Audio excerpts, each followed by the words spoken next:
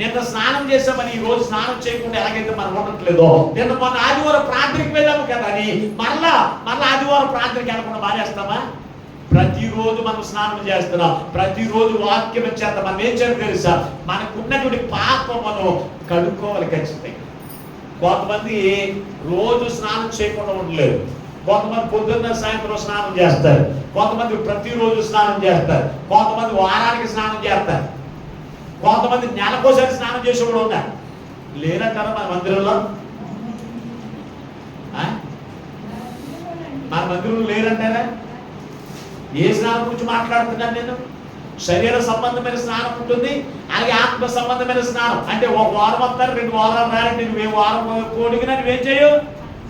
వాక్యం చేత నీ పాపమును కడుక్కునే లక్షణం నీలో ఉండదు. నెలకోసారి వస్తారు ప్రార్థనకి, బల్లారాధనకి మాత్రమే వస్తారు. నెలకోసారి వాక్యం చేత ఉదక స్నానం చేయించబడుతున్న వారు. స్నానం అంటే ఏంటనుకుంటున్నారు? ఇంకా ఎఫెసీ పత్రికలోకి రండి ఒకసారి. ఎఫెసీ పత్రిక 5వ అధ్యాయం. ఎఫెసీ పత్రిక అపోస్తలుడైన పౌలు ఎఫెసీయులకు రాసిన పత్రిక 5వ అధ్యాయము 8వ వచనం.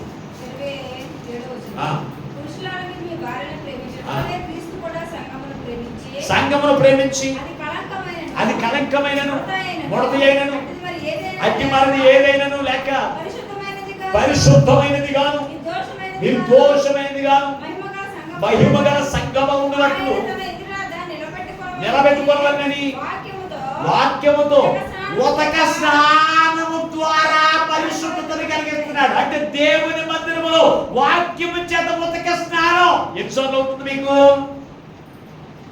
రోజు వాక్యం చేత ఉదక స్నానం చేయించుకుంటున్నాం మన వాళ్ళు ఎంతమంది ఉన్నారు ఇక్కడ? నేను డైలీ అందరికి వాక్యం పంపిస్తాను, డైలీ వాక్యం పంపిస్తాను. మందిరానికి రాకపోయిన చక్కని వాక్యం ద్వారా ఇదిగో ఉదక స్నానం చేయొచ్చు. శుక్రవారం ఉపవాసకుడికి జరుగుతున్న వాక్యం అందుతుంది, ఆదివారం వాక్యం ఉదక స్నానం చేత చేయాలి, శుద్ధీకరించడం వాక్యం అందుతుంది. కానీ మనం ఎన్నిసార్లు ఉదక స్నానం చేత నీకున్నటువంటి కళంకమును కడుక్కుంటున్నావు, నీకున్నటువంటి అపవిత్రతను కడుక్కుంటున్నావు, నీకున్నటువంటి దోషమును కడుక్కుంటున్నావు. దేవుని యొక్క మందిరపు ఓటలోనికి వచ్చి నువ్వేం చేయాలి? ఏం చేయాలి? నీకున్న పాపమును కడుక్కోవాలి. నదిలోనికి వెళితే పాపాలు కడగబడవు, చెరువులోనికి వెళితే పాపములు కడగబడవు. నీకున్న పురుగు పోతుంది తప్ప నీకున్న పాపములు కడగబడవు. కానీ యేసు రక్తము ప్రతి ఒక్క పాపమును కడిగి పవిత్రపరిచేది కనుక యేసు రక్తము ఓటలోనికి వచ్చి మనం ఏం చేయాలి? స్నానం చేయాలి. అవునా లేదా? పొద్దున్న నుంచి గేదెలు కాసేవాడు గేదెలు ఏం చేస్తాడు? మాట్లాడరేంటంటే చెరువు దగ్గర తీసుకెళ్ళి చెరువు దగ్గర ఆ గేదెలు కొన్న పురుగులు ఏం చేస్తాడు? కడుగుతాడే కడగడా? కడిగితాడే కడిగే తను పాలు చేస్తాడు. గేదెలే ప్రతిరోజు చెరువు దగ్గరికి వెళ్ళి తన పురికిని కడుక్కుంటే దేవుని ప్రజలము పరిశుద్ధులము, ఆయన పోలిక కలిగిన మనము, ఆయన ఆత్మ కలిగిన మనము ఆయన సన్నిధిలోనికి వచ్చి ఆయన వాక్యం చేత మనకు ఉన్నటువంటి మురికిని కడుక్కోవాలనేటువంటి ఇంజిత జ్ఞానం ప్రతి క్రైస్తవుడికి ఉండాలి ఖచ్చితంగా. అందుకే ఈ రోజున ప్రభు మనతో మాట్లాడుతున్నాడు. మనం వచ్చిన ఎక్కడ తెలుసా? గొర్రె పిల్ల ఏంటి? ఓటలోనికి, రక్తపు ఓటలోనికి మనం వస్తున్నాం. ఇప్పుడు వచ్చేది మీరు ఎక్కడికో తెలుసా? రక్తపు ఓటలోనికి మీరు వచ్చారండి. ఈ ఓట ఏం చేస్తుంది తెలుసా? మిమ్మల్ని కడుగుతుంది, పవిత్రపరుస్తుంది, మీకున్నటువంటి కళంకమునంతా కూడా తొలగించేదే ఈ గొర్రె పిల్ల యొక్క ఓటలోకి వచ్చా. ఈ గేదెలో ఉన్నటువంటి ఆశీర్వాదములు కొన్ని జ్ఞాపకం చేస్తారు. ఈ రోజున గొర్రె పిల్ల ఓటలోనికి వచ్చిన మనము గొర్రె పిల్ల యొక్క ఓటలో ఉన్నటువంటి ఆశీర్వాదాలు ఏంటో మనం తెలుసుకోవాలి ఖచ్చితంగా. గొర్రె పిల్ల యొక్క ఓటలో ఉన్న ఆశీర్వాదములు ఏంటి అనేది మనం ఆలోచన చేస్తే, మొట్టమొదటిగా గొర్రె పిల్ల యొక్క ఓట మనకి ఏం చేస్తుందో తెలుసు అంటే సేద తీర్చేదిగా కనపడుతుంది. అలిసిన వారికి ఊరటనిచ్చే స్థలమే గొర్రె పిల్ల ఓట. ఒక్కసారి పరిశుద్ధ గ్రంథం నుంచి మీరు చూడగలిగితే సమూయేలు మొదటి గ్రంథం 23వ అధ్యాయం 24వ అధ్యాయం మొదటి 2 వచనాలు చదవండి. సౌలు తిరిగి రాగా దావీదు ఎంగేది అరణ్యమందు ఉన్నాడని అతనికి వర్తమానం వచ్చాను. 3,000 మందిని ఏర్పరిచి వచ్చి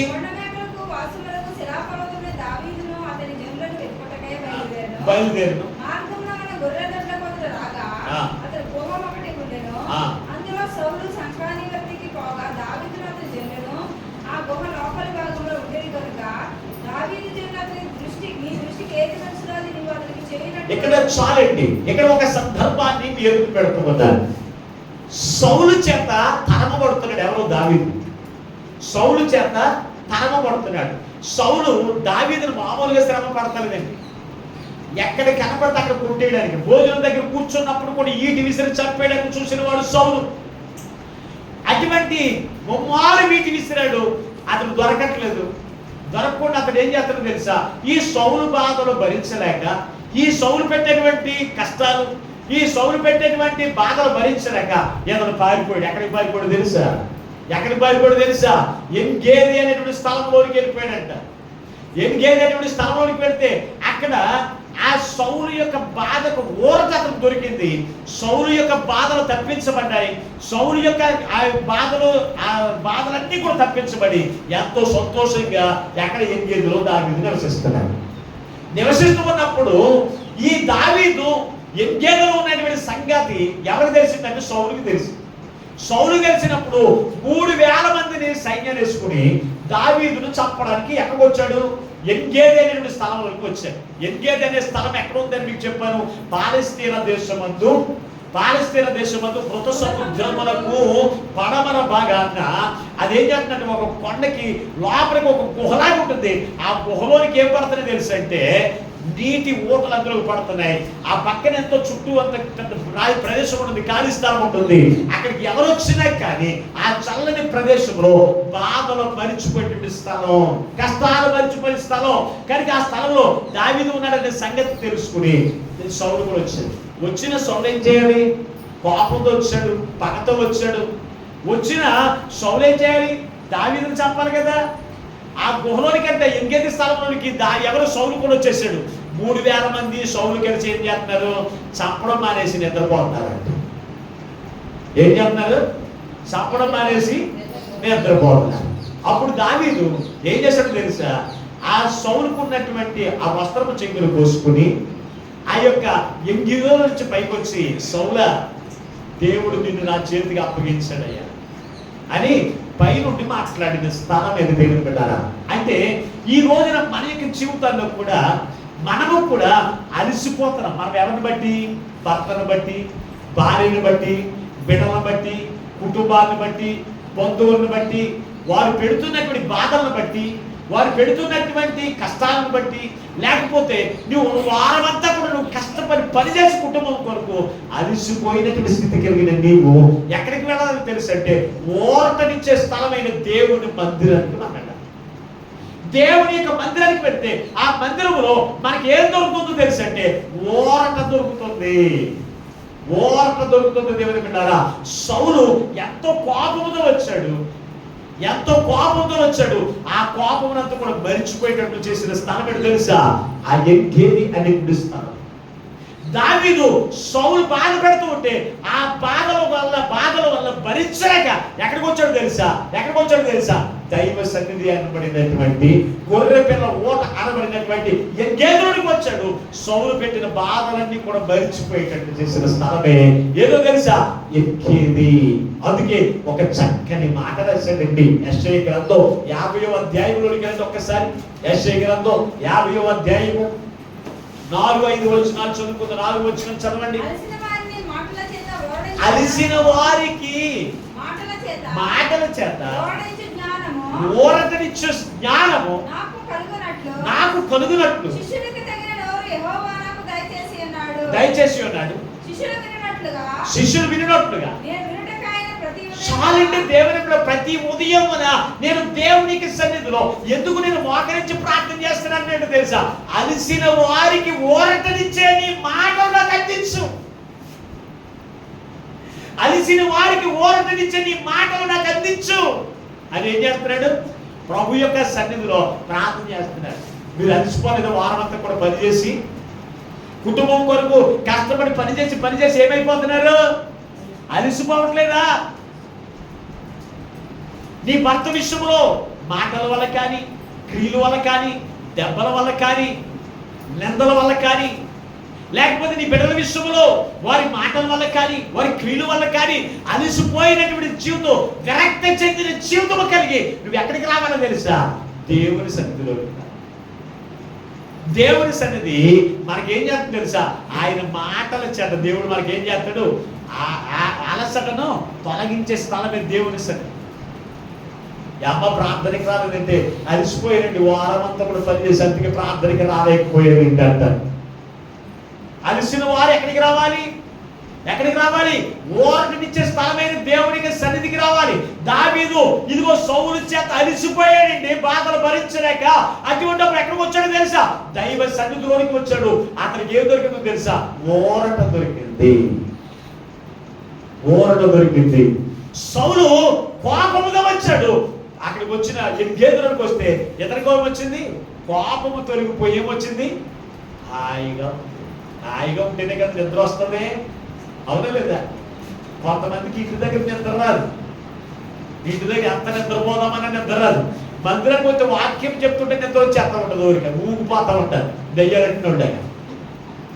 ఎలాగా ఎలాగా ఎందుకంటారు? హాయిగా ఉంటుంది దేవుని మాటలు, అవునా లేదా? సౌలుకి హాయిగా లేదా? హాయిగా ఉండబట్టే కదా నిద్రపోయాడు. దావీదుని చంపడానికి వచ్చినప్పుడు చంపాలి కదా. కానీ ఆ స్థలంలోకి వచ్చినప్పుడు ఏమొచ్చింది? ఏమొచ్చింది? ఊరట దొరికింది, హాయిగా, అవునా లేదు? ఇంటి దగ్గర పగలంతా కూడా నేను 1 గంట సేపు నేను ఏ పని కూడా చేయనండి అన్నవాడు ఇక్కడ ఉన్నవాడు చేసేస్తండి. పొద్దున్న లేచిన కాడి నుంచి కూడా 1 గంట ప్రశాంతంగా ఉంటాను అన్నవాడు ఎంతమంది ఉన్నారు? ఏదో పని పురుగులాడుతూనే ఉంటారు, ఏదో పని చేస్తూనే ఉంటారు. అది వంట పని కావచ్చు, బట్టల పని కావచ్చు, లేకపోతే ఏదో ఒక పని చేస్తూనే ఉంటారు. దేవుని మందిరంలో 3 గంటలు అసలు నువ్వు కదలకుండా కూర్చుని ఏం చేస్తావు? విశ్రాంతి, రెస్ట్, అవునా లేదా? దేవుని మందిరంలో నీ బాధలు మరిచిపోయే స్థలం ఇది. దేవుని యొక్క మందిరం అంటే ఏంటనుకుంటున్నారు? ఓరటనిచ్చే స్థలం. ఎవరో ఎన్నో నిందలు వేస్తారు, ఎన్నో బాధలు పెడతారు, అవన్నీ కూడా మరిపింప చేసే స్థలం ఏంటో తెలుసా? ఎన్గేది అనబడిన దైవ సన్నిధి, ఎన్గేది అనబడిన గొర్రె పిల్ల ఓట అయిన స్థలం. ఈ స్థలంలోనికి వచ్చిన ప్రతి వారి యొక్క బాధలు దేవుడు ఏం చేస్తాడు తెలుసా? తొలగించేస్తాడంట. అందుకే అంటాడు మత్తయి రాసిన సువార్త 11వ అధ్యాయం 28వ వచనంలో, ప్రయాసపడి భారము మోసుకొనుచున్న సమస్త జనులారా నా యొద్దకి రండి, నేను మీకు ఏం చేస్తానన్నాడు? విశ్రాంతినిస్తానన్నాడు. ఏమిస్తానన్నాడు?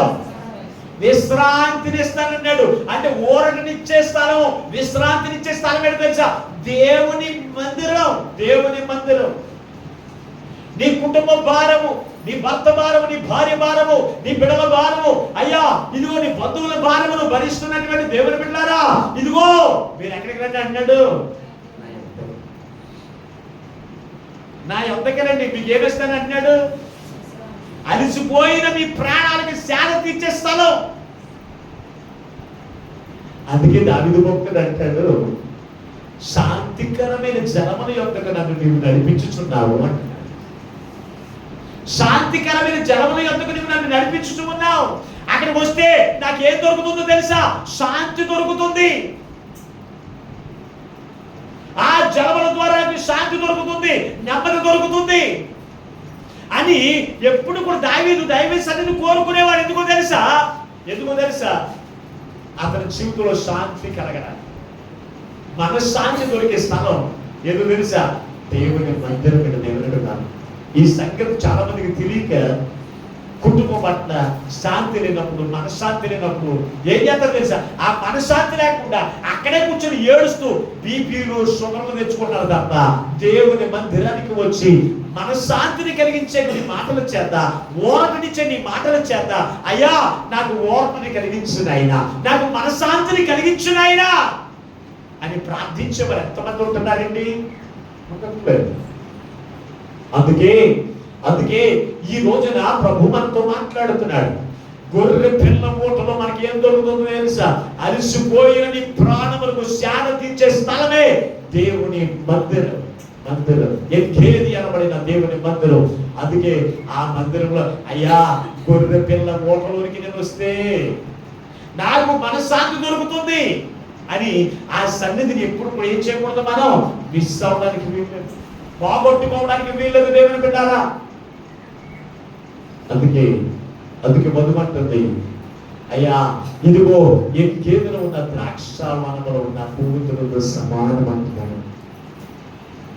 మొట్టమొదటి ఆశీర్వాదము మన యొక్క జీవితంలో అలసిన వారికి సేద తీర్చే స్థలమే ఎన్గేది.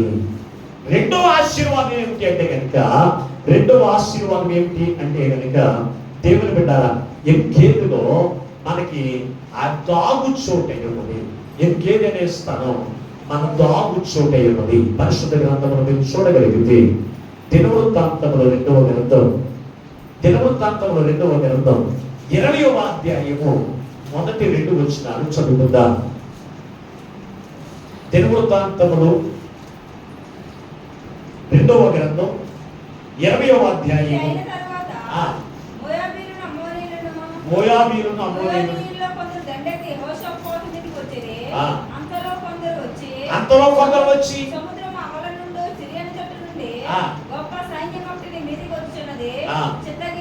చిత్తగించు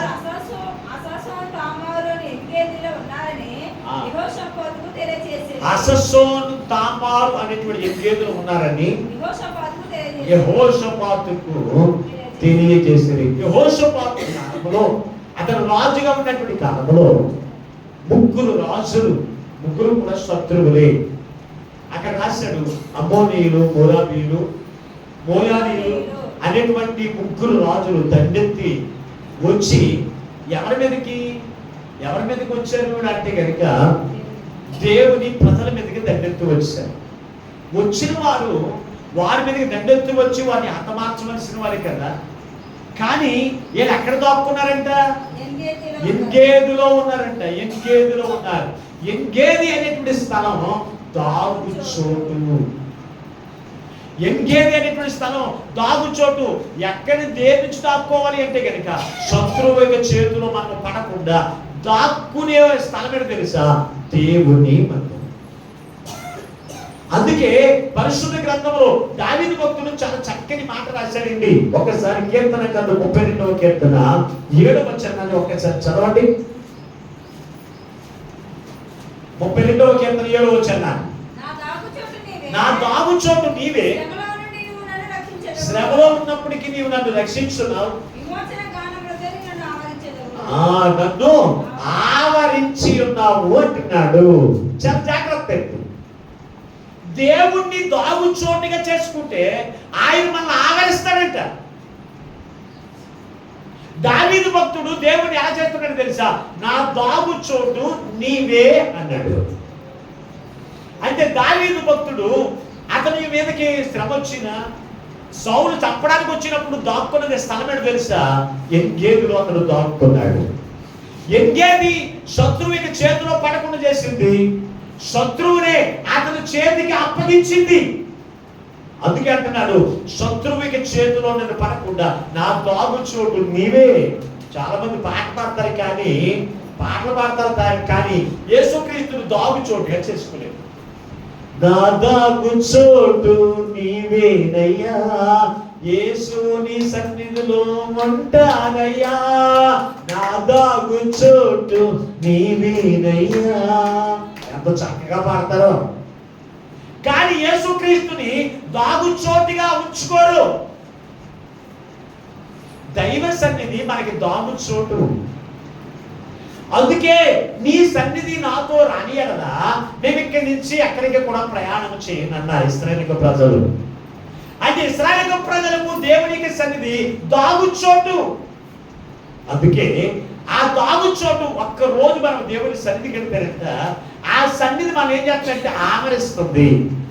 అది మనల్ని ఆవరిస్తుందంట. ఆవరించి శత్రువుకి చేతిలో నేను పడనివ్వదు, ఎండ దెబ్బ నీకు తగలనివ్వదు, వాన దెబ్బ నీకు తగలనివ్వదు, వెన్నెల దెబ్బ నీకు తగలనివ్వకుండా చేస్తుంది. ఇశ్రాయేలు ప్రజలు ఐగుప్తు దేశంలో నుంచి కానాను దేశం ప్రయాణ యాత్ర కొనసాగుతూ ఉన్నప్పుడు ఎదుర్కొంటూ వచ్చినప్పటికీ ఎర్ర సముద్రం ఎదురైంది. వెనకాలేమో ఫరో సైన్యం వచ్చేస్తున్నారు. అప్పుడు మోషే అన్నాడు, దేవా వెనకాలేమో ఫరో సైన్యం ఉంది, ఎర్ర సముద్రం ఉంది, ఏం చెయ్యాలయ్యా అన్నప్పుడు నీ చేతులు ఏముంది, కర్ర చాపు అన్నాడు. కర్ర చాపాడు, ఎర్ర సముద్రం 2 పాయలైంది. వీళ్ళు నడుస్తున్నారు, వీళ్ళేం పెద్ద రథాలు వేసుకుని వెళ్తారు ఇశ్రాయేలు ప్రజలు. వెనకాల ఉన్న సైన్యం రావడానికి ఎంత టైం పడుతుంది పట్టుకోవడానికి? వెనకాల రథాలతో వస్తున్నారు, గుర్రాల మీద వస్తున్నారు, వీళ్ళు నడిచి వెళ్తున్నారు. ఎర్ర సముద్రం అంటే 10 అడుగుల దూరం ఉంది అనుకుంటున్నారా? సముద్రం అనగా కిలోమీటర్ల దూరం ఉంటుంది. ఈ కిలోమీటర్ల దూరంలో సముద్ర మధ్యలో ఈ యొక్క ఇశ్రాయేలు ప్రజలను ఈ ఐగుప్తీయులు పట్టుకోలేకపోతారంటారా? మరి ఎందుకు పట్టుకోలేకపోయారు? దైవ సన్నిధి ఇశ్రాయేలు ప్రజలను ఆవరించింది, ఇశ్రాయేలు ప్రజలకేమో వెలుగునిచ్చింది సన్నిధి, వెనకాల ఫరో సైన్యానికి చీకటిని కలగజేసింది. అంటే వారి యొక్క ప్రయాణాన్ని ఎర్ర సముద్రంలో ఆపేస్తే ఇశ్రాయేలు ప్రజలను ఆవరించింది కనుక, వారికి వెలుగుని కలగజేసింది కనుక ఇలా ప్రయాణం సాగిపోయింది. ఎర్ర సముద్రం దాటేసిన తర్వాత ఫరో ఆయన అప్పుడు అంటున్నాడు, మోషేను దేవుడు అంటున్నాడు, కర్ర చాపవయ్యా అన్నాడు. చాపాడు, ఎర్ర సముద్రం అలా కలిసిపోయింది. ఒక్క ఫరో సైన్యం ఒక్కడ కూడా మిగలకుండా ఏమైపోయాడు, ఎర్ర సముద్రంలో కొట్టుకుని పోగేసింది.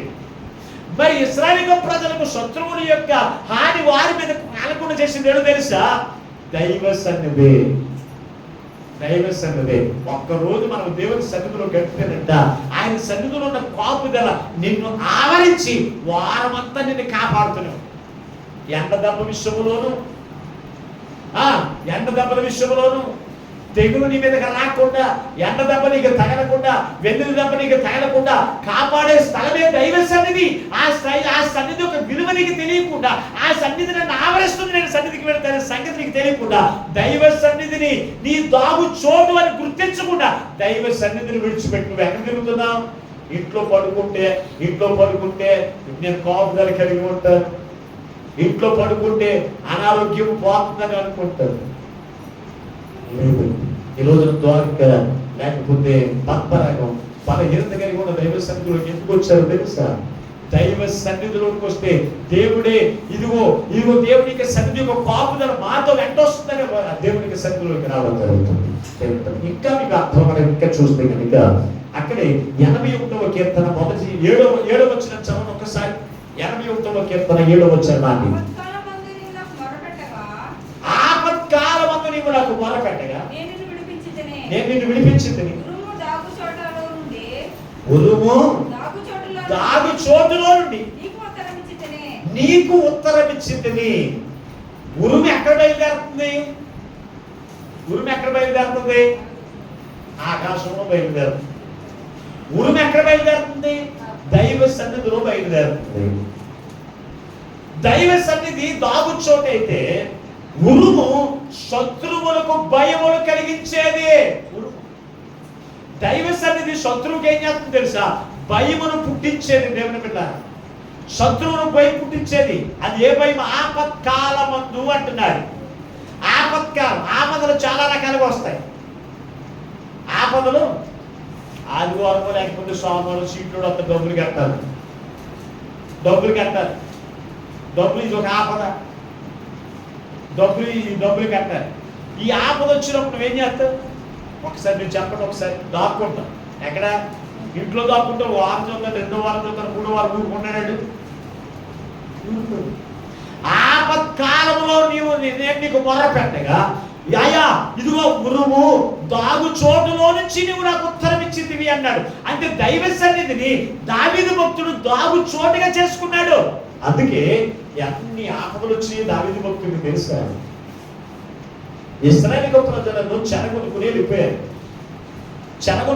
యవనస్తులు అందరినీ తీసుకుని వెళ్ళిపోయారు. పరుచు వారందరినీ తీసుకుని వెళ్ళిపోతే మిగిలిన వారందరూ కూడా అక్కడ ఉన్నారు. ఇశ్రాయేలు ప్రజలు దావీదు భక్తులు కనపడిన వెంటనే ఏదో ప్రాంతం నుంచి వచ్చాడు. అప్పటికే దావీదు యొక్క భార్యలను తన పిల్లలను కూడా చెరగొనుకుని వెళ్ళిపోతే ఈ దావీదు దగ్గరికి వచ్చిన ఈ ప్రజలు, నీ వల్లే నా భార్యలను మా పిల్లలందరూ కూడా చెరగొనుకుని వెళ్ళిపోయారు, చీ పోరా కుక్క అని కాళ్ళ పట్టుకున్నట్టు దావీదు భక్తుడిని ఏం చేస్తారో తెలుసా?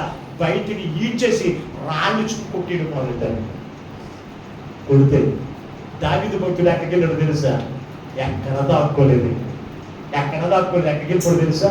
దేవుని మందిరంలోకి వెళ్ళి ప్రార్థన చేయడం ప్రారంభించి దావీదు దగ్గర ఉన్న సైన్యములను ఒకడు అంటాడు, అయ్యా ఆయన వాళ్ళు ఎందుకు పనికిరాని వాడిని నిన్ను తిడతా ఉంటే, ఎందుకు పనికిరాని వాడిని నిన్ను నిందిస్తుంటే, ఎందుకు పనికిరాని వాడిని నిన్ను రాళ్లతో కొట్టి చంపడానికి చూస్తామంటే నువ్వు ఎలా ఊరుకున్నావయ్యా? ఒక్క మాట నువ్వు నాకు సెలవిస్తే వాళ్ళందరినీ కూడా కత్తి తీసుకుని నరికేస్తారు ఇలా అన్నాడు. అప్పుడు అన్నాడు దావీదు భక్తుడు, దేవుడు వాడిని శపించమన్నాడేమో, శపించడం దేవునికి ఇష్టమైనదేమో శపించని అన్నాడు తప్ప, శపించని అన్నాడు తప్ప వారిని ఏమాత్రం కూడా ఏమి కూడా. ఆ దైవ సన్నిధిలోకి ఎప్పుడైతే వెళ్ళాడో, ఆ దైవ సన్నిధిలో ఎప్పుడైతే దాక్కున్నాడో, దేవుడు అంటున్నాడు, వెళ్ళు, ఎవరైతే ఇదిగో మీ భార్యను మీ పిల్లలను చెరగొనికి వెళ్ళిపోయారో వారిని నీ చేతికి అప్పగిస్తాను, వెళ్ళు. వెళ్ళాడంట. దేవుడు ఉరుములు కలగజేశాడు శత్రువులకి. దేవుడు ఉరుములు కలగజేస్తే వారు భయపడిపోయి అక్కడ ఉన్నవన్నీ కూడా అక్కడ వదిలేసి అక్కడి నుంచి పారిపోయారు. వారి భార్యలు అందరినీ కూడా తీసుకుని వచ్చింది ఏంటో తెలుసా? దైవ సన్నిధి. దైవ సన్నిధిలో అంత కోపంగా ఉంది దేవుని బిడ్డారా. ఉరుములు కలగజేసి శత్రువులకు ఆనుకును భయమును పుట్టించి దేవుడు నీకు ఆపదలో నుంచి తొలగించేవాడే మన ప్రభువైన యేసుక్రీస్తు. ఆ సన్నిధిలో ఉన్న కాపుదల మనకి అవసరం లేదు. ఆయన సన్నిధిలో ఉన్నటువంటి కాపుదల మనకు అవసరం లేదు అనుకుంటున్నాం దేవుని బిడ్డారా. ఆయన సన్నిధిలోనే దాక్కున్నాడు. నువ్వు ఎక్కడ దాక్కుంటావు? శత్రువు నేను తరుముతున్నప్పుడు, శత్రువు నేను భయపెడుతున్నప్పుడు నీవు ఎక్కడికి కూడా పారిపోవలసిన పని లేదు. దైవ సన్నిధిలోనికి వచ్చే పరిష్కారం, అయ్యా నా దాగు చూడండి నీవే, నా పనుల నుంచి, నా కష్టాల్లో నుంచి, అయ్యా మన బాధ్యతలో నుంచి, నా శత్రువుకి చేతిలో నుంచి నన్ను కాపాడునాయిరా అని దేవునికి సన్నిధిలోనికి వస్తే ఆయన సన్నిధి నిన్ను విడిచిపెట్టదు. ఆయన సన్నిధి నిన్ను విడిచిపెట్టదు. ఆయన సన్నిధి నిన్ను పట్టుకుంటుంది. ఆయన సన్నిధిలో కాపుదలేంటో నీకు చూపించి నీ శత్రువులకు వణుకును పుట్టించి నీ శత్రువులకు భయమును పుట్టించేదే దైవ సన్నిధి. దేవుని బిడ్డ, ఆ సన్నిధి మనం ఎప్పుడు కూడా మనం ఏం చేయకూడదు? ఎంకేది అనబడిన దైవ సన్నిధిని, గొర్రె పిల్ల మోహలు మనం ఏం చేయకూడదు? నిర్లక్ష్యపరచకూడదు. ఎంతవరకు నీ జీవితంలో గొర్రె పిల్ల మోహను నిర్లక్ష్యపరిచి కాపుదల లేక ఇదిగో నీ ప్రాణమంతా కూడా విసిగి చెందినటువంటి జీవితం నువ్వు కలిగి ఉన్నావేమో. ఈ రోజున ప్రభు నీతో మాట్లాడుతున్నాడు, గొర్రె పిల్ల మోహను మీరు నిర్లక్ష్యపరచకూడదు. ఇంకా మూడవ మాటలోకి వెళ్ళిపోతే కనుక దేవుని బిడ్డారా, పరిశుద్ధ గ్రంథంలో చూడగలిగితే ఆదికాండము 14వ అధ్యాయము 7వ వచనంలోకి వెళదాం. ఆదికాండము 14వ అధ్యాయము 7వ వచనాన్ని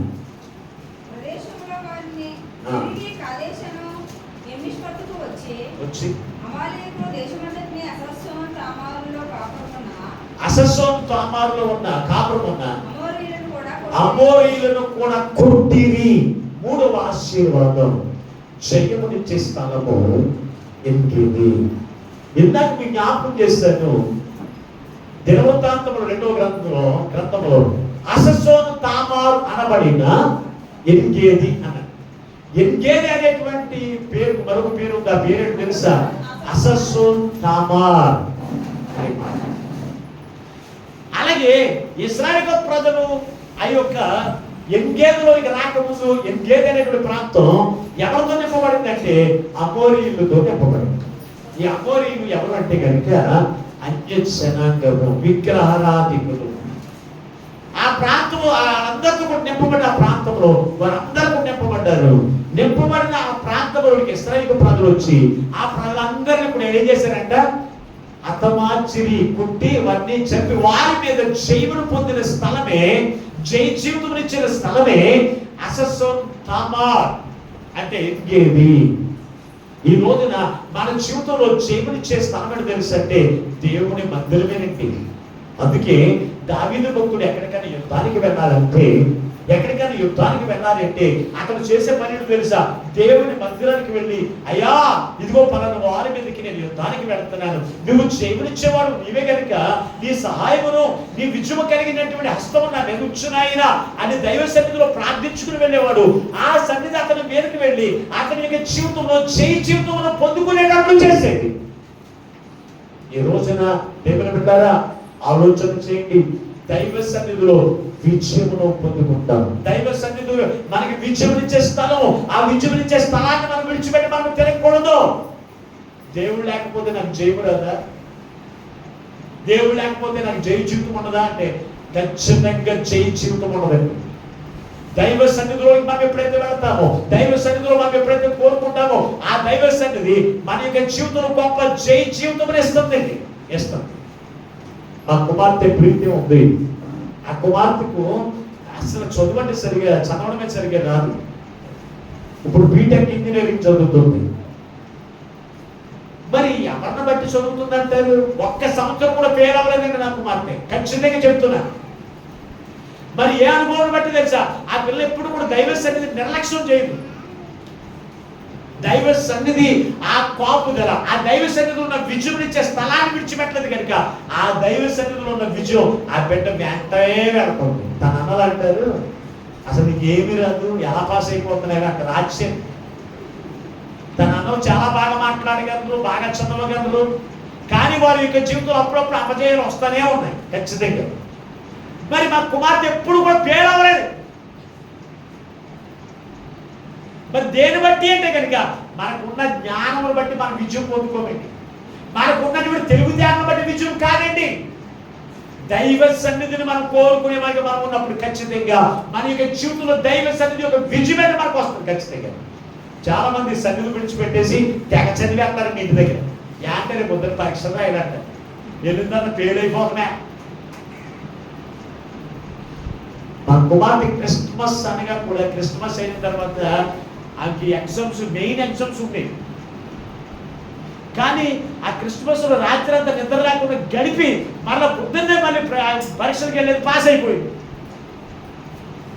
మరి సంఘబిడ్డలో చాలా మంది చూస్తారు, ఏమో పిల్లలు ప్రార్థన కాలే ఇంటికి ఉండి చదువుకోవడం బుద్ధి లేకుండా చెప్తున్నావు. మరి దేవుని యొక్క సన్నిధికి రా, ఆ సన్నిధిలో విజయం దేవుడు ఇస్తాడు. ఆ సన్నిధి నీతో వస్తే ఆ పరీక్షలను పాస్ అవుతాయి. జ్ఞానం నీకు ఉండాలి, నీకు తెలిస్తే అలా చెప్పగలుగుతావు. నీకు తెలియకుండా నీ పిల్లలకి ఎలా నేర్పుతావు? దేవుని బిడ్డలారా ఆలోచన చేయండి, ఖచ్చితంగా ఆలోచన చేయండి. దావీదు భక్తులు అందుకే దైవ సన్నిధిని ఎప్పుడు కూడా కోరుకుంటూనే ఉన్నాడు. దేవుని వరమడిగాడు. దేవుని తెలుసా? అయ్యా నేను ఒక వరం అడుగుతాను అయ్యా, నీ సన్నిధి వినవకుండా ఉండేటట్లు, నీ సన్నిధిలో నిత్యము జీవించినట్లు నాకు ఒక వరమే. ఎందుకంటే తెలుసా? ఆ దైవ సన్నిధిలో ఉన్న ఆశీర్వాదం ఒక్కటే కూడా పోగొట్టుకోవడానికి దావీదు ఇష్టపడలేదు. ఈ రోజున విజయం లేకపోయినా పర్వాలేదు, కాపుదల లేకపోయినా పర్వాలేదు, ఓరట లేకపోయినా పర్వాలేదు, నీ సన్నిధి మాకు అవసరం లేదు అన్నట్టు తిరిగేటువంటి క్రైస్తవులు ఈ రోజున ఎందరు లేరు. అందుకే ఈ రోజు నా ప్రభు మనందరితో మాట్లాడుతున్నాడు సుమా. చాలా జాగ్రత్తగా ఆలోచన చేయండి. మరొక మాట మీకు జ్ఞాపకం చేస్తున్నాను. ఎంకేదిలో మనకేముందో తెలుసా? ఎంకేదిలో ఏముందో తెలుసా? ఫలభరితమైన జీవితం ఉంది. చదవని ఒక్కసారి పరిశుద్ధ గ్రంథంలో యెహెజ్కేలు గ్రంథం 47వ అధ్యాయం 9-10 వచనాలు చదువుకుందా. యెహెజ్కేలు గ్రంథం 47వ అధ్యాయము 9-10 వచనాలు.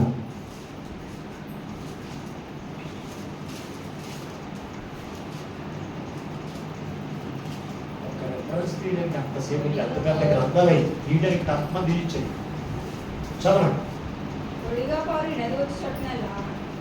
జలచరములని బ్రతుకును. ఈ నీళ్లు అక్కడికి వచ్చటం వలన ఆ నీరు మంచి నీళ్లను గనుక చేపలు పప్పు విస్తారములగును. ఈ నది ఎక్కడికి పోరినా అక్కడ సమస్తమును బ్రతుకును. మరియు దాని యొక్క ఎనిగేది పట్టణం మొదలుకుని ఎనల్గాయిము పట్టణం వరకును చేపలు పట్టువారు దాని పక్కన నిలిచి వాళ్ళ వేది మహాసముద్రంలో ఉన్నట్లు సకల జాతి చేపలు దానిని బహుస్తారముగా ఉండను. అక్కడ మీరు ఏమని చదివారు? అక్కడ ఎంగేదిలో నుంచి అన్నాడు. ఎంగేది పట్టణము మొదలుకుని ఇంకా 12వ వచనంలో ఒకసారి ఆలోచన కూడా చదవండి. నది తీరమున ఇరుపక్కల ఆహారము సకల జాతి వృక్షములు పెరుగును. వాటి ఆకులు వాడిపోవు, వాటి కాయలు ఎప్పటికీ రాలవు. ఈ నది నీరు పరిశుద్ధ స్థలములో నుండి పారుచున్నవి కనుక ఆ చెట్లు నెల నెలకు కూడా కాయలు కాయలు కాయచ్చు. వాటి వాటి పండ్లు చాలండి. చాలా మంది ఎప్పుడు నీరు పెడతా ఉంటే కాయలు కాస్తూనే ఉంటాయి, చెట్లు, కొన్ని చెట్లు. అవునా లేదా? ఇక్కడ మనం చూడగలిగింది ఇశ్రాయేలు ప్రజల గురించి గేదెలో నుంచి ప్రవహిస్తున్నటువంటి నీరంట అది ఎక్కడి నుంచి వస్తుంది అన్నాడు? పరిశుద్ధమైన పట్టణములో నుంచి. పరిశుద్ధమైన పట్టణం ఏంటి? పరలోక రాజ్యం.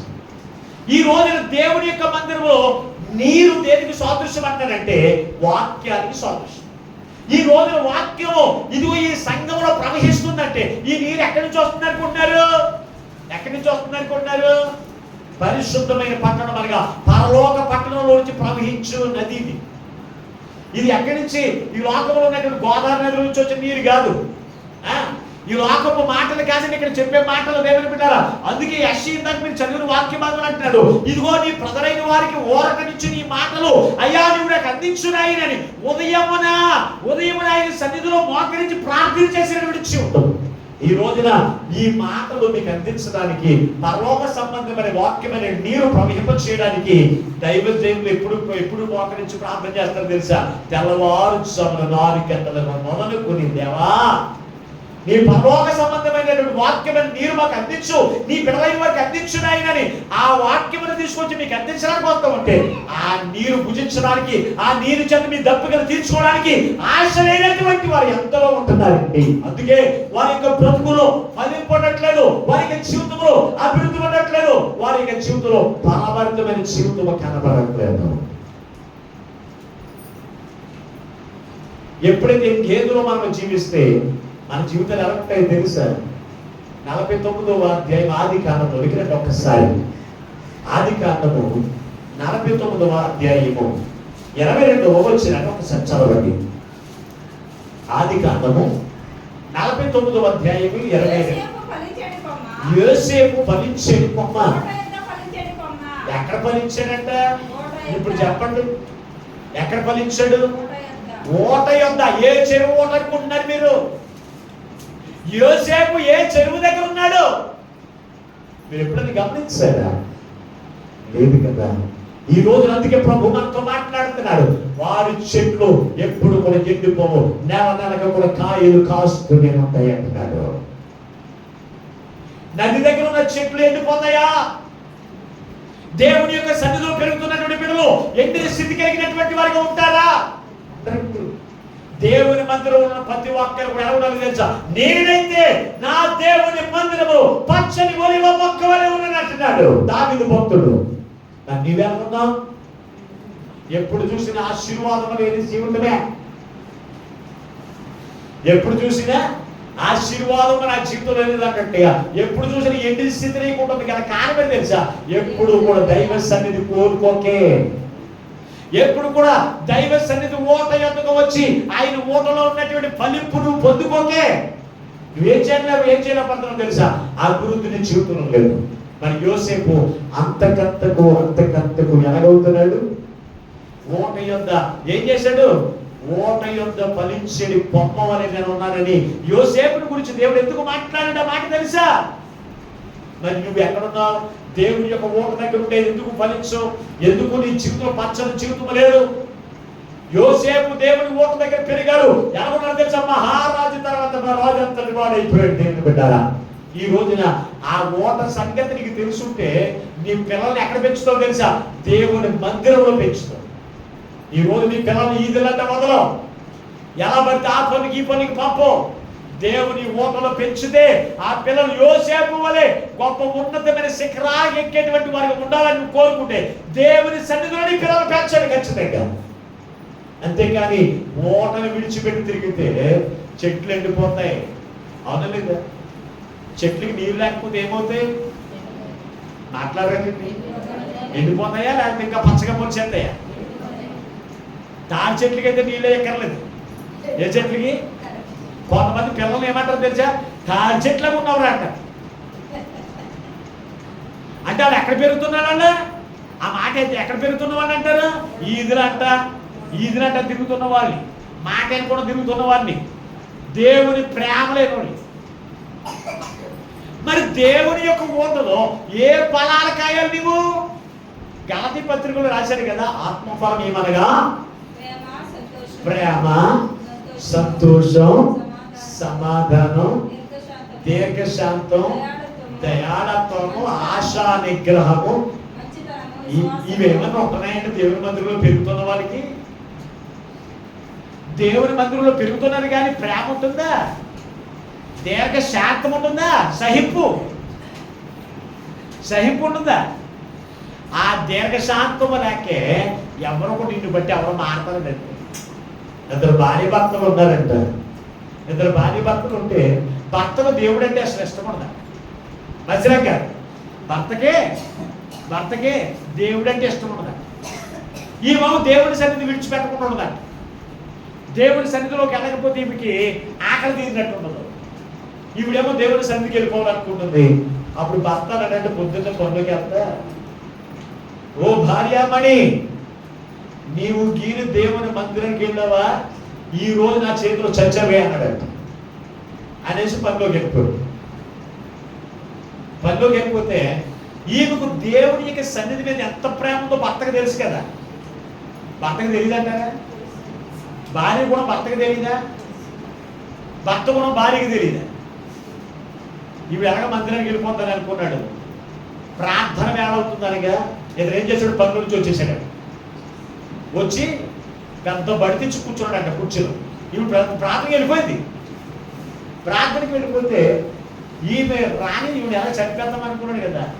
మొత్తం మీద ఈవిడ ప్రార్థన చూసుకుంటే మందిరం నుంచి ఇంటికి వస్తే ఇంటికి వచ్చిన ఆమెను కుర్చీలో కూర్చొని వాళ్ళు లేచి, ఏమన్నా నీతో అన్నాడు. ప్రార్థనకి వెళ్తే చంపేస్తానన్నావా?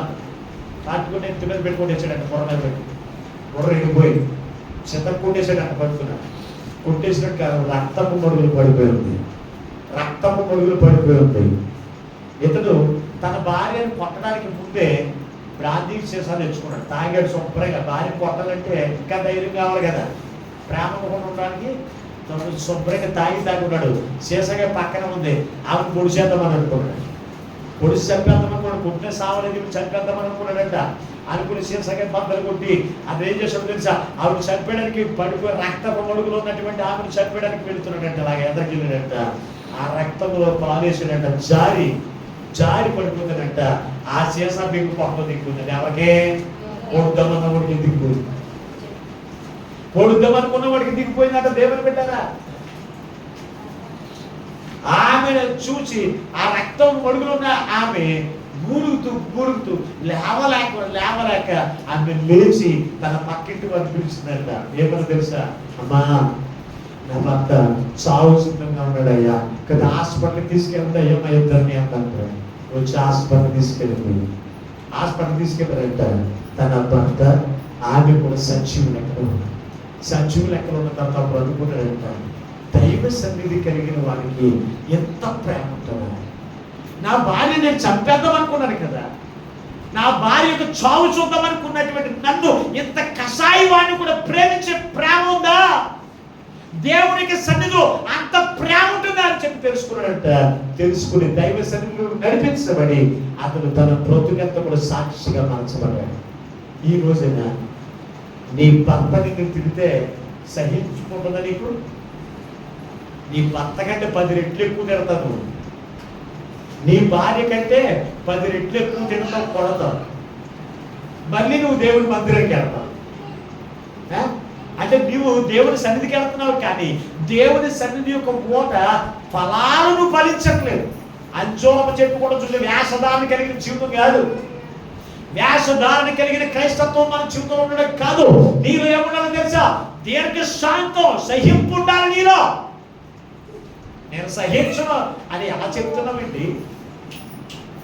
దేవుని ప్రేమ నాకు అవసరం లేదు అని ఎలా చెప్తున్నా? నీ మాటల వల్ల కదా దేవుని నామమును అవమానించబడుతుంది. దేవుని ఓటలో ఫలిస్తున్నావా? ఒక్క ఫలమన్న నీలో ఉందా? ప్రేమ కానీ, దీర్ఘశాంతము కానీ, దయాళత్వము కానీ, మంచితనము కానీ ఇవేమన్నా ఉంటున్నాయి నీలో? పైగా నువ్వేమని చెప్తావు? దేవుని బిడ్డనే, దేవుని సన్నిధికి వెళ్తానంటున్నావు. దేవుని సన్నిధిలో ఎంగేదిలోకి వెళ్ళిన నీవు అది ఫలింపు నీకు ఇచ్చేస్తాను. దేవుని సన్నిధిలో నువ్వు ఫలించకపోతే ఇంకేం చేయబడతా నువ్వు? దేవుని సన్నిధిలో ఫలించకపోతే అంజూరపు ద్రాక్ష తోటలో అంజూరపు చెట్టు ఉంది, అది పండుగ అయిపోకుండా ఆగుతూనే ఉందంట. అప్పుడు యజమాని ఏమన్నాడు? దాన్ని నరికేసి అగ్నిలో వేసేమన్నాడు. అంటే దేవుని సన్నిధిలో ఫలింపులేని వారందరూ ఎక్కడికెళ్తారు? నరకానికి పోతారు. ఒక మాటలు చెప్పాలంటే ఎక్కడికి పోతారమ్మా? నరకం. ఇది గుర్తుంచుకోవడం. నరకం అంటే ఇప్పుడు తెలియట్లేదు. ఆ నరక యాతను చూపించాడు ధనవంతుడు, ఎంత భరించలేదు. ఇందులోకి ఎవరు రావద్దమ్మా భూమి మీద చెప్పండి అక్కడ. అందుకే ఉమ్మని రాశాడు అక్కడ. అంత భయంకరమైన స్థలంలోకి వెళ్లకుండా ఉండాలంటే దేవుని యొక్క ఎంగేది అనబడిన దేవుని మందిరంలో నువ్వేం చేయాలి? ఫలింపు ఉండాలి. ఫలింపు ఉండాలి ఖచ్చితంగా. అది శారీరకంగాను అంతరంగముగాను నువ్వేం చేయాలి? ఫలించుండాలి, ఫలింపు ఉండాలి. పోతీఫరు భార్య ఎవరు పట్టుకుంది? యోసేపు చేతులు పట్టుకుంది. యోసేపు చేతులు పట్టుకున్నప్పుడు తన భర్తతో చెప్తుంది, అతనే నా చేతులు పట్టుకున్నాడు అన్నప్పుడు యోసేపు ఎంత నమ్మకస్తుడు పోతీఫరుకి తెలుసు. మరి యోసేపు తన భార్య గురించి చెప్పొచ్చు కదా యజమానుడికి. చెప్పాడంటారా? అక్కడి నుంచి మారిపోయాడు తప్ప అవమానమైన నిందలైన ఉద్యోగము పోయిన దేవుని యొక్క ప్రేమ, శాంతి, దయాళత్వం అతను కలిగి ఉన్నాడు కనుక దేవుడు అతన్ని ఉన్నతమైన శిఖరానికి ఇస్తుంది. ఆ దైవ సన్నిధిలో అటువంటి ప్రేమ మనం నేర్చుకోవాలి ఖచ్చితంగా. అవి మనలోకి రావాలని ఖచ్చితంగా ఆత్మ ఫలాలు మనము లోకానికి చూపించాలి. యేసు ప్రభువుని ఎందుకు వచ్చి చూస్తే నీలో ప్రేమ కనబడకపోతే, యేసు ప్రభువుని ఎందుకు వచ్చి చూస్తే నీలో దీర్ఘ శాంతము కనబడకపోతే నిన్ను నరకంలో వేసేమన్నా. కనుక దేవుని బిడ్డ ఎంగేది అనగా ఫలభరితమైన స్థానము, ఫలింపజేసే స్థానము, ఫలింపు సారము కలిగిన స్థలమే దేవుని మందిరం. కొన్ని మందిరాల్లో సారం ఉందండి, కానీ ఆ సంఘాల అభివృద్ధికి అరగ కనపడతాయి. వాక్యం అనే సారం ఉండదు, ప్రార్థన అనే సారం ఉండదు, కానీ ఆ సంఘాల్లో జనాలు ఎక్కువ కనపడతాయి. సారం కలిగిన సంఘాలు ఏముండదు, మనుషులు ఉండరు. ఎందుకంటారు? ఆ సంఘంలో ఫలింపు లేక మీరు ఫలిస్తూ ఉంటే ఏం చేస్తే కాయలు కాస్తా ఉంటాయి. అవునా లేదా? మీరు ఫలించక ఏమవుతున్నాయి? కొట్రాలు అనబడిన సంఘముగా ఉండడం కాదు. ఎలా ఉండాలి? మనము ఫలింపు మనము లోకానికి చూపించాలి. ఆ వారిని కూడా క్రీస్తు యొక్క ఫలాలు పొందుకునేటట్లు వారిని చేయాలి. ఒక్కరిని తినేయడం కాదు. దేవుని బిడ్డలారా, అందుకే ఈ రోజున ప్రభు నీతో మాట్లాడుతున్నాడు. సుమా, ఎంకేది అనుభవాన్ని నువ్వు కలిగి ఉన్నావా? ఎంకేది అనుభవం ఏంటో తెలుసా? పాప క్షమాపణ కలిగించే స్థలం. ఎంకేది అనుభవాన్ని ఏంటో తెలుసా? ఇదిగో ఓరటనిచ్చే స్థలం. ఎంకేది అనుభవం ఏంటో తెలుసా? ఇదిగో దాగుచోటు. ఎంకేది అనుభవం అంటే ఏంటో తెలుసా? ఇదిగో నీకు విజయమునిచ్చే స్థలం. ఎంకేది అనుభవం అంటే ఏంటో తెలుసా? నిన్ను ఫలభరితమైన స్థలంగా చేసే స్థలం. 5 అనుభవాలు నీ ఎదురు పెట్టాను. 5 అనుభవాలు పెట్టాను. ఆ ఎంకేది అనుభవాన్ని నీకు ఇవ్వడానికి యేసుక్రీస్తు ప్రభువు గొర్రె పిల్ల మూటగా మలచబడినందుకు, ఆయన గాయపరచబడి ఆయన రక్తపు మూటగా మలచబడింది ఎందుకో తెలుసా? ఈ 5 అనుభవాలు నీకు ఇవ్వడానికి, ఈ 5 ఆశీర్వాదాలు నీకు ఇవ్వడానికి యేసుక్రీస్తు ప్రభువు ఏది అనుభవం? గొర్రె పిల్ల మూటగా మలచబడ్డాడు. ఆయన సన్నిధి అనుభవంలోనికి మలిచాడు. దేవుని బిడ్డలారా, ఆయన మనం చూస్తున్నామా? ఇప్పుడు ఎవరు చూస్తున్నాం ఈ రోజున దేవుని సన్నిధిలో? గొర్రె పిల్ల ఓటను చూడాలి. ఆ ఓటలోనికి వస్తే కనుక ఖచ్చితంగా ఎంగేదులోనికి వచ్చిన ఎలాగైతే దీవించబడ్డారో, ఎంగేదులోనికి వచ్చిన వాళ్ళందరూ కూడా ఓటను పొందారు. ఎంగేదులోనికి వచ్చిన వాళ్ళందరూ జయ చేతులు పొందుకున్నారు. ఎంగేదులోనికి వచ్చిన వాళ్ళందరూ కూడా ఆ ఓట చేత ఫలింపు పొందారు. అవన్నీ నీ జీవితంలో లేకపోతే ఈ రోజున ప్రభు నీతో మాట్లాడుతున్నాడు. ఎంతవరకు కూడా ఎంకేది అనుభవాన్ని గురించి నీకు తెలియక దేవుని సన్నిధిని మీరు నిర్లక్ష్యం చేస్తున్నారేమో. గొర్రె యొక్క ఓటను నిర్లక్ష్యం చేసి మీ జీవితంలో ఇంకా కష్టాలను మునిగిపోతున్నారేమో, బాధలోనే మునిగిపోతున్నారేమో, అలసిపోయిన స్థితిలో కలిగినటువంటి జీవితం కలిగి మీ ప్రాణాలు తీసుకునే పరిస్థితులు మీకు ఏర్పడుతున్నాయేమో, ఈ రోజున ప్రభు నీతో మాట్లాడుతుండగా ఈ రోజున గొర్రె పిల్ల ఓటను చూడండి. ఆ ఓటలోనికి వచ్చి ఆయన ఇచ్చిన ఆశీర్వాదములకు వారసులుగా ఉంటారని యేసుక్రీస్తు నీ కొరకు నా కొరకు గాయపరచబడ్డాడు, శ్రమలను అనుభవించి ఆయన రక్తమనంతా చెందించి ఆయన గొర్రె పిల్ల ఓట ఈ రోజున నీ ఎదుట కనపడుతున్నా. ఎవరు చూస్తున్నారు దేవుని మందిరములో? ఎవరు చూస్తున్నారు దేవుని మందిరములో? ఆ గొర్రె పిల్ల ఓటను చూడండి. ఆ ఓటలోనికి వచ్చి నీ పాపమును కడుక్కొని ఆయన ఇచ్చేటువంటి నెమ్మదికరమైన జీవితం అనుకును, ఆయన ఇచ్చేటువంటి జయ జీవితం అనుకును, ఆయన ఇచ్చిన ఫలవంతమైన జీవితం అనుకును, ఆయన ఇచ్చేటువంటి కాపుదల కలిగిన జీవితం అనుకు వారసులు కండి. అట్టి కృపా వాక్యముల పరిశుద్ధాత్మ దేవుడు ఈ మాటలు అందరికీ అనుగ్రహించును గాక. ఆమేన్. ప్రార్థన చేసుకుందాం. తనలో వచ్చని బహున్నతుడా మహాగరుడా మీకు వందనాలు స్తోత్రాలు. ఎంతవరకు నీ అమూల్యమైన మాటలు మందరితో మాట్లాడా, ఎంతబట్టి మాటలయ్యా ఏ బిడ్డలు కూడా విడిచి కట్టుకున్న తండ్రి, ఇది గేదెలు ఎంత ఆశీర్వాదం ఉందా, ఈ గేదెలు ఎంత కాపుదల ఉందా, ఈ గేదెలో ఓట కలుగుతుందా, ఈ గేదెలో ఆయన విజయం కలుగుతుందా, ఈ గేదెలో అయ్యో ఫలవంతమైన జీవితం ఉందా. అందుకే ఈ రోజు మాతో మాట్లాడా, నీ గేదెలో ఉన్న ఆశీర్వాదములు తెలియకనాయన నీ సన్నిధిని పీల్చిపెట్టి మేము తిరుగుతూ ఉన్నాము కనుకనే ఈ రోజు నీ వాక్యం నుంచి మాతో మాట్లాడు. ఇంతమంది మాటలు అయినా ఏ బిడ్డలు కూడా వ్యర్థముగా విడిచిపెట్టకుండా ప్రతి వారి హృదయం నీరు కట్టి ఫలింపజేసి మీరు మహిమను పొందమని మాతో మాట్లాడి మమ్మల్ని బలపరిచిన యేసు నామములో ప్రార్థించి వేడుకొనుచున్నాము పరమ తండ్రి. ఆమేన్. అందరూ కూర్చోండి. దేవుడి మమ్మల్ని అందరికీ దీవించును గాక. మీకు అందరికీ మరొకసారి నా హృదయపూర్వకమైన